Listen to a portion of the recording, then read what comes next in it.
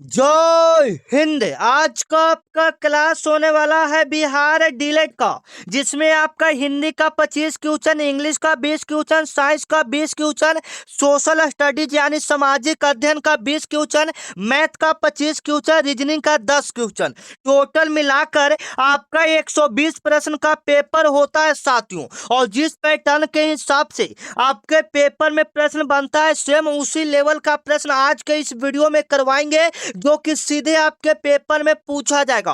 और लास्ट में हम आपको यस लगा दें ताकि आपको पता चल सके ये सवाल कब पूछा गया है। जो जो सवाल आपके पेपर में बनेगा, इस वीडियो के अंदर आपको वही सवाल करवाने वाले हैं। और इस वीडियो के अंदर सभी सब्जेक्ट आपको कवर करवाएंगे, हिंदी से लेकर सोशल स्टडीज, मैथ, रीजनिंग सभी आपको कवर करवाने वाले हैं। तो सबसे पहले हम लोग सामाजिक अध्ययन को देखते हैं, जो कि सीधे आपके पेपर में पूछा जाता है। 20 सवाल।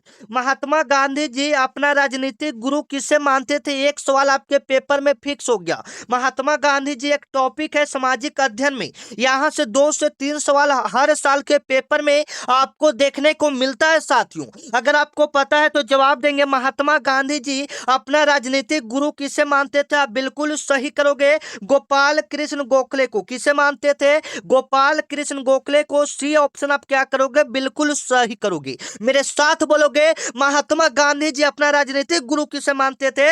गोपाल कृष्ण गोखले को मानते थे। अब महात्मा गांधी जी से जो जो प्रश्न आपके पेपर में बन सकता है, मैं यहां पर आपको करवा देता हूं। एकदम आने वाला प्रश्न बताता हूं, एवं जो पूछा गया है वो भी सवाल आपको बताऊंगा। महात्मा गांधी जी का जन्म कब हुआ था, यह भी सवाल आपके पेपर में पूछा गया है। आप बिल्कुल सही करोगे। 2 अक्टूबर 1869 ईस्वी को महात्मा गांधी जी का जन्म हुआ था। कहां में हुआ था? पोरबंदर गुजरात में हुआ था। आप याद रखोगे, आपके पेपर में पूछा जाएगा। कहां में हुआ था? पोरबंदर गुजरात में। इनका मृत्यु कब हुआ था? तो 30 जनवरी 1948 ईस्वी को इनका मृत्यु हुआ था। इनका हत्या कर दिया गया था नाथूराम गोडस के द्वारा। आपके पेपर में पूछा जाता है, महात्मा गांधी जी का हत्या किसने किया? नाथूराम गोडस ने किया था।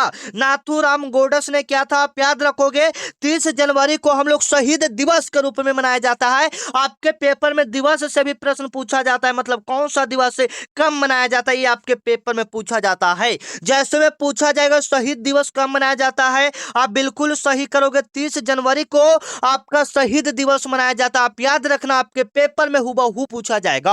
आपका आने वाला अगला सवाल है साथियों, जो कि 2023 में पूछा गया था। सोशल स्टडीज यानी सामाजिक अध्ययन का सवाल है। जालियांवाला बाग हत्याकांड के विरुद्ध में किसने नाइटहुड का उपाधि वापस कर दिया था? सबसे पहले तो आपको पता होना चाहिए साथियों, आखिर जो जालियांवाला बाग हत्याकांड है वो आखिर हुआ कब था। सभी बच्चे को पता होना चाहिए। आपके पेपर में बनने वाला सवाल है साथियों। अगर आपका भी 8 जून से लेकर 22 जून तक पेपर है तो इस वीडियो को पूरा देखो, क्योंकि यहां से सीधे आपकी एग्जाम में आने वाले प्रश्न बताने वाले हैं। आपको याद होना चाहिए जालियांवाला बाग हत्याकांड कब हुआ था साथियों? 13 अप्रैल 1919 ईस्वी को जालियांवाला बाग हत्याकांड हुआ था। आप याद रखोगे। कहां में हुआ था?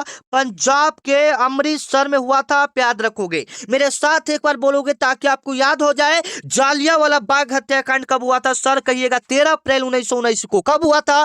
13 अप्रैल 1919 को पंजाब के अमृतसर में हुआ था। आप याद रखोगे। और जालियांवाला बाग हत्याकांड में अंधाधुंध गोली चलाने का आदेश किसने दिया था? आप याद रखोगे, जनरल डायर ने दिया था। किसने दिया था? जनरल डायर ने दिया था, जो कि सीधे आपके पेपर में हुबहू यही सवाल देखने को मिलेगा साथियों। अब यहां पर पूछ रहा है कि नाइटहुड का उपाधि किसने लौटा दिया था? रविन्द्रनाथ टैगोर ने लौटा दिया था इसको। जो विक्टोरिया की महारानी थी, उनके द्वारा इनको दिया गया था नाइटहुड का उपाधि, रविन्द्रनाथ टैगोर को। तो जब जालियांवाला बाग हत्याकांड हुआ तो उसको उपाधि को वापस कर दिए थे। आप याद रखिएगा। आपके पेपर में यहां से सवाल पूछा जाता है कि नाइटहुड का उपाधि किसने लौटाया था? रविन्द्रनाथ टैगोर ने। रविन्द्रनाथ टैगोर वही व्यक्ति हैं जिन्होंने हमारा नेशनल एंथम यानी जो हमारा राष्ट्रीय जनगण मन है उसके रचयिता है। आपके पेपर में भी पूछेगा, जन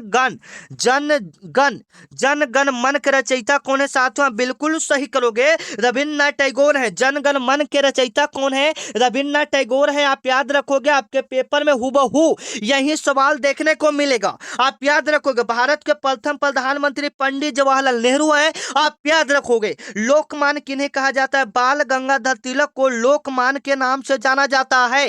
लोकमान्य किन्हें कहा जाता है? बाल गंगाधर तिलक को लोकमान्य के नाम से जाना जाता है। आप याद रखोगे, आपके पेपर में हूबहू यही सवाल देखने को मिलेगा साथियों। 3 नंबर सवाल आपका परियोजना से है, जो कि आपके पेपर में राष्ट्रीय उद्यान भी यहां से सवाल बनता है साथियों। ठीक है, साइलेंट वैली या इसको शांति घाट परियोजना भारत के किस राज्य में स्थित है साथियों? आपका भी जवाब आना चाहिए, जवाब देते चलिएगा जो सवाल आपको आए, तथा कमेंट करके बताइएगा आपका एग्जाम 8 से 22 के बीच में कब है, ताकि मैं आपको ओरिजिनल पेपर दे सकूं कि ऐसा ऐसा प्रश्न आपके पेपर में आएगा। ठीक है ना, तो आप एक बार एग्जाम तिथि सभी बच्चे कमेंट कर देंगे। ठीक है, और क्लास डेली करवाने की वजह से थोड़ा सा आवाज खराब हो गया है, तो आप लोग आवाज को न लेकर वीडियो को पूरा देखिएगा। ठीक है, साइलेंट वैली शांति घाटी परियोजना भारत के किस राज्य में है साथियों? अगर आप बता पाओगे, बताइए कि ये सवाल आपके पेपर में आ जाए, तो आप क्या सही करोगे? बिल्कुल सही करोगे, केरल। क्या सही करोगे? केरल। साइलेंट वैली परियोजना भारत के किस राज्य में साथियों? केरल में। कहां में है? केरल में। ए ऑप्शन आपका क्या होगा? बिल्कुल राइट होगा, जो कि सीधे आपके पेपर में हूबहू देखने को मिलता है। यहां से राष्ट्रीय उद्यान से भी आपके पेपर में सवाल बनता है, जैसे में भारत का पहला राष्ट्रीय उद्यान कौन सा है, जिसका नाम है जिम कॉर्बेट राष्ट्रीय उद्यान। भारत का पहला राष्ट्रीय उद्यान कौन सा है साथियों? जिम कॉर्बेट राष्ट्रीय उद्यान। आप याद रखोगे, आपके पेपर में हूबहू ये सवाल पूछा जाएगा कि भारत का पहला राष्ट्रीय उद्यान कौन सा है? जिम कॉर्बेट राष्ट्रीय उद्यान। ये है कहां में? उत्तराखंड में। आप याद रखोगे, आपके पेपर में हूबहू यही सवाल देखने को मिलेगा। आपका 4 नंबर सवाल है, आपका जवाब आना चाहिए WTO। सबसे पहले तो WTO का फुल फॉर्म पूछेगा तो विश्व व्यापार संगठन होता है। WTO का पूरा नाम विश्व व्यापार संगठन होता है, याद रखिएगा। इसका पूरा नाम क्या होता है? वर्ल्ड ट्रेड ऑर्गेनाइजेशन होता है। वर्ल्ड ट्रेड ऑर्गेनाइजेशन होता है, आप याद रखोगे। वर्ल्ड ट्रेड ऑर्गेनाइजेशन होता है, आप याद रखोगे। आपके पेपर में हूबहू यही सवाल देखने को मिलेगा। विश्व व्यापार संगठन का मुख्यालय कहाँ स्थित है साथियों? आप याद रखोगे, आपके पेपर में पूछेगा जिनेवा में। कहाँ में है? जिनेवा में। और इसका full form World Trade Organization होता है, विश्व व्यापार संगठन हिंदी में। आपका अगला सवाल है साथियों, भारत में सबसे अधिक जनसंख्या घनत्व वाला जिला कौन सा है? बताइएगा, भारत का सबसे अधिक जनसंख्या घनत्व वाला जिला कौन सा है? बिहार है। और जो बच्चे चैनल को सब्सक्राइब नहीं किए, चैनल को सब्सक्राइब कर लो, क्योंकि डेली इस पर आपको बिहार डीलेट का क्लास मिलेगा। कल आपका मैथ का क्लास होने वाला है स्पेशल, क्योंकि 25 क्वेश्चन आपका मैथ का आता है। ठीक है, तो सभी बच्चे चैनल को सब्सक्राइब कर लीजिएगा, क्योंकि इस पर डेली आपको प्रैक्टिस सेट करवाया जाएगा। ठीक है, जिससे आपका ज्यादा से ज्यादा नंबर बढ़ेगा। ठीक है, तो सभी बच्चे चैनल को सब्सक्राइब कर लोगे, इस बार सिलेक्शन सरकारी कॉलेज आपको पक्का मिलेगा। ठीक है ना, चलो, तो यहां पर हमने क्लियर कर दिया कि क्या सही होगा साथियों। बिहार सबसे ज्यादा जनसंख्या घनत्व क्या हो जाएगा? बिहार का सी ऑप्शन आपका क्या हो जाएगा? बिल्कुल राइट होगा। आपका आने वाला अगला सवाल है साथियों, भारतीय संविधान के किस अनुच्छेद में निर्वाचन आयोग का प्रावधान है? अगर आपको पता है तो इसका जवाब आना चाहिए। यहां से सवाल आपके पेपर में पूछते हैं अनुच्छेद से कि किस अनुच्छेद में निर्वाचन आयोग का प्रावधान है साथियों। आप बिल्कुल सही करोगे, अनुच्छेद 324 में। एक मिनट, अनुच्छेद 324 में आप याद रखोगे, आपके पेपर में सवाल बनेगा। ठीक है, इंपॉर्टेंट सवाल है, संविधान के अनुच्छेद से आपके पेपर में सवाल बनता है साथियों। ठीक है, चलो, आपका 7 नंबर सवाल है कि रूस की बोल्शेविक क्रांति, 10th लेवल के बेसिक पर ही एक प्रश्न डाला है। देखिए यहाँ पर आप, रूस का बोल्शेविक क्रांति जो 1917 में हुआ था, उसका नेतृत्व किसने किया था साथियों? आप याद रखोगे, आपके पेपर में पूछा जाएगा। उसका नेतृत्व किसने किया था, आप बताओगे। उसका नेतृत्व लेनिन ने किया था। जो रूस का बोल्शेविक क्रांति 1917 में हुआ था, उसका नेतृत्व किसने किया था? लेनिन ने किया था। आप याद रखोगे, आपके पेपर में पूछा जाने वाला सवाल है। इससे ज्यादा प्रश्न नहीं बनेगा, तो उससे ज्यादा प्रश्न आपको नहीं बता रहे हैं।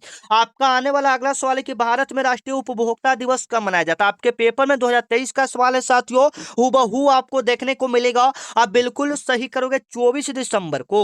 24 दिसंबर को आपका क्या मनाया जाता है? राष्ट्रीय उपभोक्ता दिवस मनाया जाता है। आप याद रखना, आपके पेपर में हूबहू यही सवाल देखने को मिलेगा। अगर हम पूछ दे कि 5 जून को क्या मनाया जाता है, तो विश्व पर्यावरण दिवस मनाया जाता है। 10 दिसंबर को विश्व मानव अधिकार दिवस मनाया जाता है। आप याद रखना, आपके पेपर में सवाल पूछा जाएगा साथियों। और एक बार कमेंट करके बताइएगा आप लोग क्लास कैसा लग रहा है, कुछ इसमें सुधार होना चाहिए या नहीं। चंपारण सत्याग्रह 1917 में महात्मा गांधी जी को बिहार आने का निमंत्रण किसने दिया था? ये इंपॉर्टेंट सवाल है, इसको आप VVI टिक कर लोगे, आपके पेपर में हुबहू यही सवाल छपेगा, 2022 में पूछा गया सवाल है। चंपारण सत्याग्रह 1917 में महात्मा गांधी जी को बिहार आने का निमंत्रण किसने दिया था? राजकुमार शुक्ला ने दिया था। आप याद रखोगे किसने दिया था? राजकुमार शुक्ला ने दिया था। सी ऑप्शन आप क्या करोगे साथियों? बिल्कुल राइट करोगे। महात्मा गांधी जी के द्वारा भारत में किया गया पहला आंदोलन चंपारण सत्याग्रह था, आप याद रखना। आपका आने वाला 10वां सवाल है साथियों, उड़ीसा के पुरी शहर में स्थित प्रसिद्ध सूर्य मंदिर का निर्माण किस शताब्दी में करवाया गया था? बताइएगा। उड़ीसा में जो पुरी शहर में स्थित प्रसिद्ध सूर्य मंदिर है, उसका निर्माण कब करवाया गया था? तो 11वीं शताब्दी में करवाया गया था, आप याद रखोगे। 11वीं शताब्दी में आपके पेपर में सवाल बनेगा साथियों, एकदम इंपॉर्टेंट है। अब हम लोग हिंदी के 25 सवाल को देखेंगे, क्योंकि हिंदी से ज्यादातर आपके सवाल बनते हैं, हिंदी, व्याकरण और साहित्य, जो आपके डीएलएड परीक्षा हेतु 25 महत्वपूर्ण प्रश्न है, जो आपके पेपर में हुबहू देखने को मिलेगा। तो आप सामाजिक अध्ययन में 10 में से कितना प्रश्न सही किए वहां पर बता दीजिए। अब यहाँ से हम लगभग 25 प्रश्न हिंदी का करवाएंगे, उसके बाद साइंस का, उसके बाद मैथ, उसके बाद रीजनिंग, उसके बाद इंग्लिश देखेंगे, ठीक है। अगर टाइम ज्यादा से ज्यादा जितना बचेगा उतना में आपको सारा सवाल हम करवा देंगे, ठीक है। तो चलो इसमें टारगेट लेकर चलो, 25 में से 20 प्लस प्रश्न सही करने का पहले मैं बता दूं, ठीक है। चलो सिंपल सवाल है पहला, उत्पत्ति के विचार में शब्द के कितने भेद होते हैं साथियों? आप याद रखोगे। उत्पत्ति के आधार पर शब्द के 4 भेद होते हैं। कितने भेद होते हैं? 4 भेद। उत्पत्ति के आधार पर शब्द के 4 भेद होते हैं, तत्सम, तद्भव, देशज, विदेशज। तत्सम, तद्भव, देशज, विदेशज। आप याद रखोगे, आपके पेपर में सवाल यहां से बनता है साथियों। उत्पत्ति के आधार पर 4 गो, ठीक है ना। और यहाँ पर रचना की दृष्टि से शब्द 3 प्रकार के, यहाँ पर अगर रचना की दृष्टि से पूछेगा तो 3 प्रकार के कौन कौन हो जाएगा? योग योग हो जाएगा, एगो योग रूढ़ हो जाएगा, एगो यौगिक हो जाएगा, ठीक है ना। 3 गो आप याद रखोगे, आपके पेपर में सवाल यहाँ से बनेगा।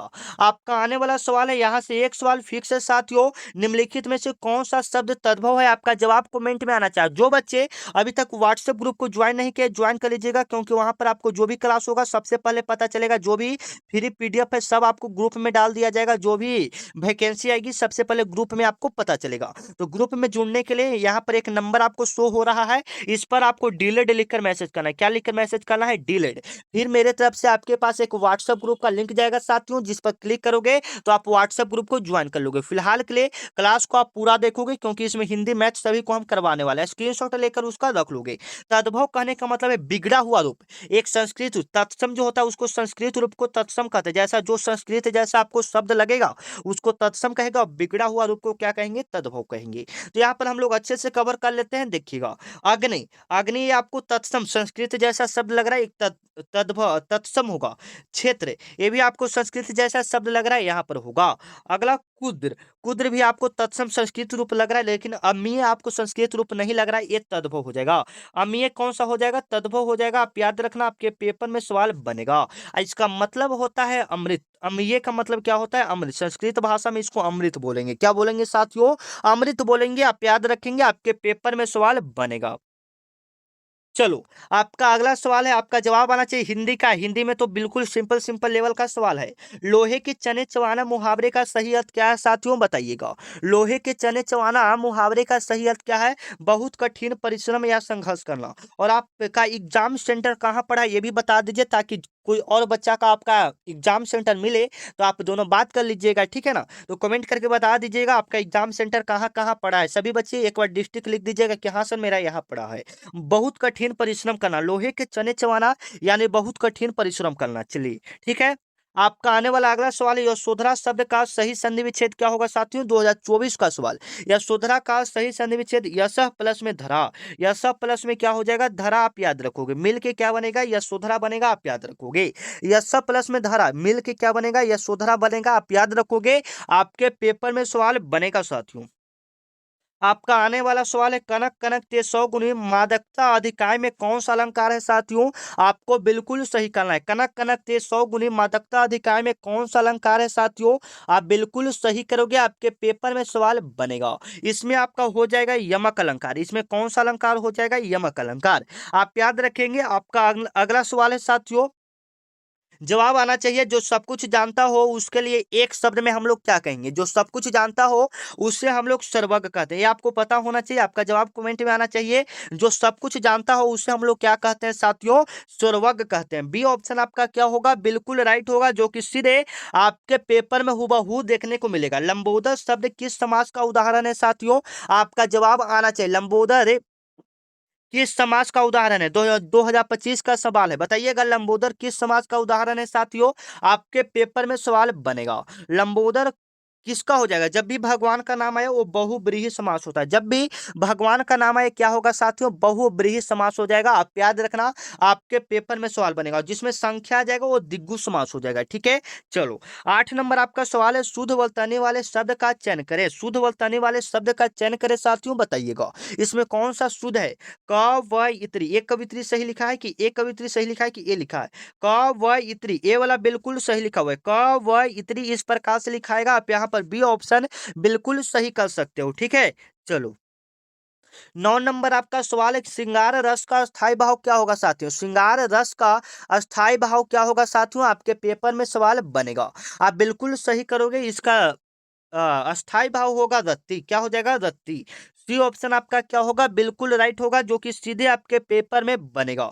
निम्नलिखित में से कौन सा शब्द बादल का पर्यायवाची नहीं है, कौन सा शब्द आपको बताना है बादल का पर्यायवाची नहीं है साथियों। बादल का पर्यायवाची कौन सा नहीं होगा आपको बताना है। तो बादल को हम लोग जलद बोल सकते हैं, नीरद बोल सकते हैं, मेघ बोल सकते हैं, लेकिन जलज नहीं बोल सकते हैं। तो यहाँ पर नहीं ही पूछ रहा है, तो जलज यहाँ पर बिल्कुल राइट आंसर होगा, डी ऑप्शन बिल्कुल राइट होगा। आपका आने वाला अगला सवाल है, व का उच्चारण स्थान क्या होगा साथियों। व का उच्चारण स्थान क्या होगा, जो कि आपके पेपर में बनेगा। व का उच्चारण स्थान क्या होगा साथियों, व हम लोग कहाँ से बोलते हैं, आपके पेपर में सवाल बनेगा। आप बिल्कुल सही करोगे, दंतुष्ट। क्या हो जाएगा, दंतुष्ट हो जाएगा, मतलब दांत और ओष्ठ के मिला के हम लोग दंतुष्ट। आप याद रखोगे, आपके पेपर में सवाल बनेगा। आपका 12 नंबर सवाल है साथियों, सूर सागर के रचयिता कौन है। सूर सागर के रचयिता कौन है साथियों, आप याद रखोगे, आपके पेपर में सवाल बनेगा सूरदास।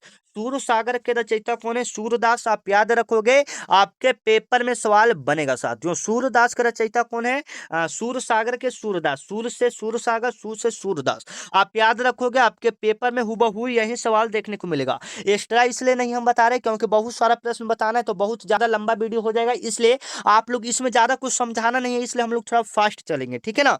हाथ मलना मुहावरे का सही अर्थ क्या होता है साथियों। हाथ मलना मुहावरे का सही अर्थ क्या होता है, बिल्कुल सही करोगे साथियों, पछताना। हाथ मलना मुहावरे का सही अर्थ क्या हो जाएगा, पछताना, मतलब हाथ मलना यानी पछताना। आपका 14 नंबर आपका सवाल है साथियों, अन्वय शब्द का सही संधि विच्छेद क्या होगा। अन्वय शब्द का सही संधि विच्छेद क्या हो जाएगा, तो अनु प्लस में अय हो जाएगा। क्या हो जाएगा साथियों, अनु प्लस में अय हो जाएगा। ए ऑप्शन आप क्या करोगे, बिल्कुल राइट करोगे, जो कि सीधे आपके पेपर में बनेगा। अन्वय शब्द का सही संधि विच्छेद करेंगे, 2025 में ही जो एग्जाम हुआ था उसमें पूछा गया है। आप बिल्कुल सही करोगे, अनु प्लस में अय। चलो आपका आने वाला अगला सवाल है, पिपर पात सरिस मंडोला में कौन सा अलंकार है साथियों। पिपर पात सरिस मंडोला, इसमें कौन सा अलंकार है साथियों, आपके पेपर में सवाल बनेगा। आप क्या सही करोगे, इसमें कौन सा अलंकार होना चाहिए आपके हिसाब से, उपमा अलंकार होगा। क्या होगा, उपमा अलंकार। बी ऑप्शन आपका क्या होगा, बिल्कुल राइट होगा। आपका आने वाला अगला सवाल है साथियों, आयात शब्द का सही विलोम शब्द क्या होगा। आयात शब्द का सही उल्टा आपका जवाब आना चाहिए। 16 नंबर का सवाल का जवाब हम आपके लिए छोड़ते हैं जवाब कमेंट में। बिल्कुल सिंपल सा सवाल है साथियों, विकारी शब्द के कितने भेद होते हैं, आपका जवाब कमेंट में। विकारी शब्द के कितने भेद है, 4 भेद। विकारी के 4 भेद और अविकारी के 4 भेद, टोटल मिलाकर 8 भेद होते हैं, जिसमें संज्ञा सर्वनाम क्रिया विशेषण विशेषण, ये विकारी के भेद होते हैं 4। ठीक है ना, आप याद रखोगे, आपके पेपर में सवाल बनेगा। कारक के कुल कितने भेद होते हैं साथियों, आपको याद रखना पड़ेगा, कारक के कुल 8 भेद होते हैं। कितने भेद होते हैं, 8 भेद होते हैं। चलो सत्याग्रह में कौन सा समास है साथियों, आपके पेपर में पूछेगा सत्याग्रह में कौन सा समास है। तो इसका संधि विच्छेद करेंगे तो सत्य प्लस में आग्रह, इसका संधि विच्छेद करेंगे तो क्या होगा, सत्य प्लस में आग्रह। क्या होगा साथियों, सत्य प्लस में आग्रह होगा, आप याद रखना। सत्य प्लस में आग्रह, तो दोनों का अलग अलग अर्थ हो जाएगा। जैसे में मतलब किसी भी शब्द का संधि विच्छेद करेंगे दोनों का अर्थ निकल जाएगा, तो उसको तत्य पुरुष बोलते हैं। उसको क्या बोलते हैं, तत्य पुरुष बोलते हैं, आप याद रखोगे। 20 नंबर सवाल है, गोदान उपन्यास के लेखक कौन है साथियों। बताइएगा। गोदान उपन्यास के लेखक कौन है साथियों? आप बिल्कुल सही करोगे, आपके पेपर में सवाल बनेगा। गोदान का हो जाएगा मुंशी प्रेमचंद्र। बी ऑप्शन आपका क्या होगा? बिल्कुल राइट होगा, जो कि आपके पेपर में हूबहू देखने को मिलेगा। आपका आने वाला अगला सवाल है, निम्नलिखित में से कौन सा वर्ण घोष है? बताइएगा कौन सा वर्ण घोष है साथियों, आपके पेपर में सवाल बनेगा। आप बिल्कुल सही करोगे तो इसमें कौन सा घोष हो जाएगा? तो आप याद रखोगे ग यहाँ पर घोष होगा। वो आपको हम पहचानने के लिए बता देंगे, लेकिन फिलहाल के लिए आप याद रखो ग यहाँ पर होगा। चलो, रहीमन पानी राखिए बिना सब सून में कौन सा अलंकार होगा साथियों? 2024 का सवाल। इसमें होगा आपका सलेश अलंकार। बी ऑप्शन आपका क्या होगा? बिल्कुल राइट होगा। 23 नंबर सवाल है, 9 2 11 होना मुहावरे का अर्थ क्या है साथियों? 9 2 11 होना मुहावरे का अर्थ क्या है? भाग जाना।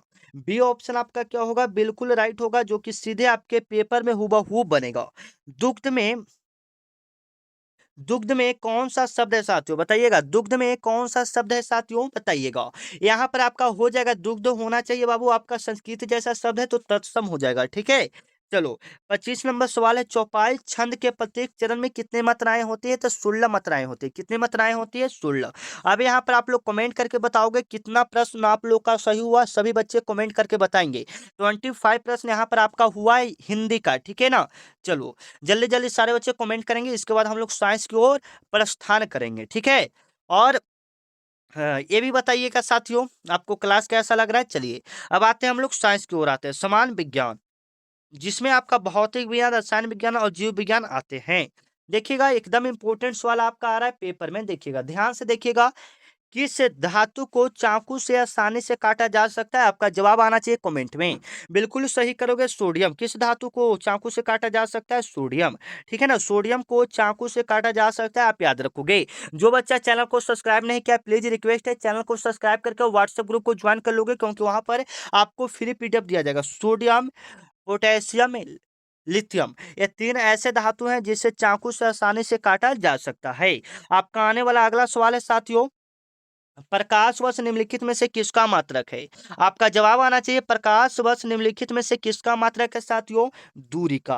प्रकाश वर्ष निम्नलिखित में से किसका मात्रक है साथियों? दूरी का। आप याद रखना, आपके पेपर में हुबहू सवाल देखने को मिलेगा। अगला नंबर आपका सवाल है साथियों, मनुष्य के शरीर में प्रचुर मात्रा में पाए जाने वाला तत्व कौन सा साथियों? आप बिल्कुल सही करोगे। मनुष्य के शरीर में प्रचुर मात्रा में पाए जाने वाला तत्व कौन सा साथियों? बिल्कुल सही करोगे। शरीर में ना ऑक्सीजन हो जाएगा। अगर वायुमंडल में पूछेगा तो नाइट्रोजन सबसे अधिक मात्रा में। शरीर में आपका ऑक्सीजन 65% पाया जाता है, आप याद रखोगे। मनुष्य के शरीर में ऑक्सीजन कितना परसेंट है? 65%, जो कि आपके पेपर में बनेगा साथियों, ठीक है। चलो, एकदम एक्सप्लेन के साथ चलेंगे ताकि आपको कोई दिक्कत ना हो। चूने के पानी में कार्बन डाइऑक्साइड गैस प्रवाहित करने पर इसका रंग कैसा हो जाता है? बताइएगा। चूने के पानी में कार्बन डाइऑक्साइड गैस प्रवाहित करने पर इसका रंग कैसा हो जाता है? 2025 का सवाल। आप बिल्कुल सही करोगे, दूधिया हो जाता है। इसका रंग कैसा हो जाता है साथियों? दूधिया। आप याद रखोगे, इसका रंग कैसा हो जाता है? दूधिया। सी ऑप्शन आपका क्या होगा? बिल्कुल राइट होगा, जो कि सीधे आपके पेपर में सवाल बनेगा। आपका आने वाला अगला सवाल है साथियों, बताइएगा, कार्य और ऊर्जा का एसआई मात्रक क्या है? कार्य और ऊर्जा का एसआई मात्रक क्या है साथियों? आप बिल्कुल सही करोगे, जूल। क्या सही करोगे? जूल। बल का एसआई मात्रक क्या होता है? न्यूटन। शक्ति का वाट। दाब का क्या होता है? पास्कल। कई बार बता चुके हैं। अगला, कोशिका का पावर हाउस या ऊर्जा गृह किसे कहा जाता है? माइटोकॉन्ड्रिया को। और प्रोटीन का फैक्ट्री राइबोसोम को कहा जाता है। आत्महत्या का थैली लाइसोसोम को कहा जाता है। आपका आने वाला अगला सवाल है, वाहनों के पीछे दृश्य देखने के लिए किस दर्पण का प्रयोग किया जाता है साथियों? बिल्कुल सही करोगे, बिल्कुल सही करोगे। वाहनों के पीछे का दृश्य देखने के लिए किस दर्पण का प्रयोग किया जाता है साथियों? उत्तल दर्पण का प्रयोग किया जाता है, आप याद रखोगे। किस दर्पण का प्रयोग किया जाता है? उत्तल दर्पण का प्रयोग किया जाता है, आप याद रखोगे। आपके पेपर में हूबहू सवाल देखने को मिलेगा। चलिए, शुद्ध जल का पीएच मान कितना होता है? आपका जवाब आना चाहिए, शुद्ध जल का पीएच मान कितना होता है साथियों? बिल्कुल सही करोगे, 7 होता है। शुद्ध जल का पीएच मान कितना होता है? 7 होता है। आपका आने वाला अगला सवाल है, निकट दृष्टि दोष को दूर करने के लिए किस लेंस का प्रयोग किया जाता है? निकट दृष्टि दोष को दूर करने के लिए किस लेंस का प्रयोग किया जाता है साथियों? आप बिल्कुल सही करोगे, अवतल लेंस का। निकट दृष्टि दोष को दूर करने के लिए किस लेंस का प्रयोग किया जाता है?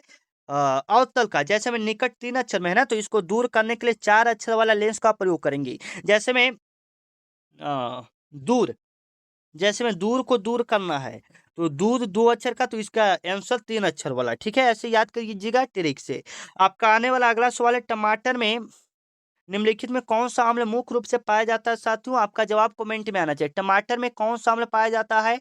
आप बिल्कुल सही करोगे, ऑक्जैलिक अम्ल। टमाटर में कौन सा अम्ल पाया जाता है? ऑक्जैलिक अम्ल। सी ऑप्शन आपका क्या होगा? बिल्कुल राइट होगा। ठीक है ना। चलिए, यहाँ पर ज्यादा प्रश्न हम आपका नहीं लिए थे, अगला क्लास में पूरा मैथ ये सब के साथ आएंगे। तो मिलते हैं नेक्स्ट वीडियो में, तब तक के लिए जय हिंद, वंदे मातरम। आप सभी का धन्यवाद। आपका एग्जाम बहुत ही अच्छा जाए। चैनल को सब्सक्राइब कर लीजिएगा। ठीक है, तब तक के लिए जय हिंद, वंदे मातरम। ठीक है ना। और इसका पीडीएफ के लिए आप टेलीग्राम ग्रुप को ज्वाइन कर लीजिएगा, आपको पीडीएफ भेज दिया जाएगा। ठीक है, डिस्क्रिप्शन में लिंक सारा चीज का रहेगा आपका।